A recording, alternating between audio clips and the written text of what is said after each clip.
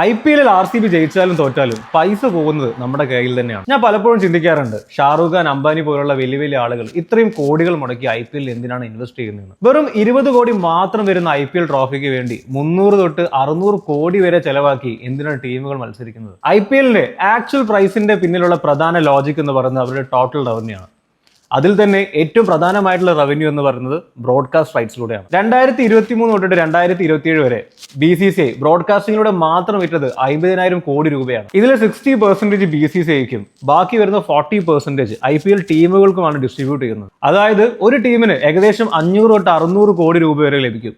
ഇനി അവർ ആ മത്സരത്തിൽ തോറ്റാലും ജയിച്ചാലും ഈ ഫണ്ട് അവർക്ക് തന്നെ കിട്ടുന്നതാണ്. രണ്ടാമത്തേത് ടിക്കറ്റ് സെല്ലാണ്. ഇതിൽ തന്നെ 10% തൊട്ട് 20% വരെ കോൺട്രിബ്യൂഷൻ ലഭിക്കുന്നുണ്ട്.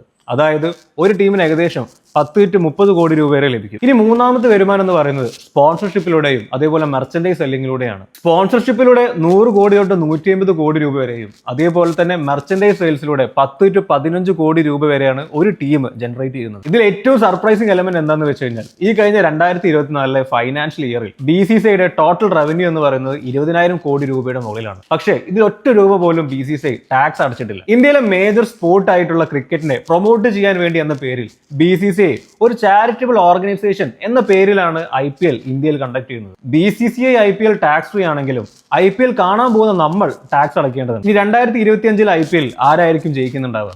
കമന്റ് ചെയ്യുക.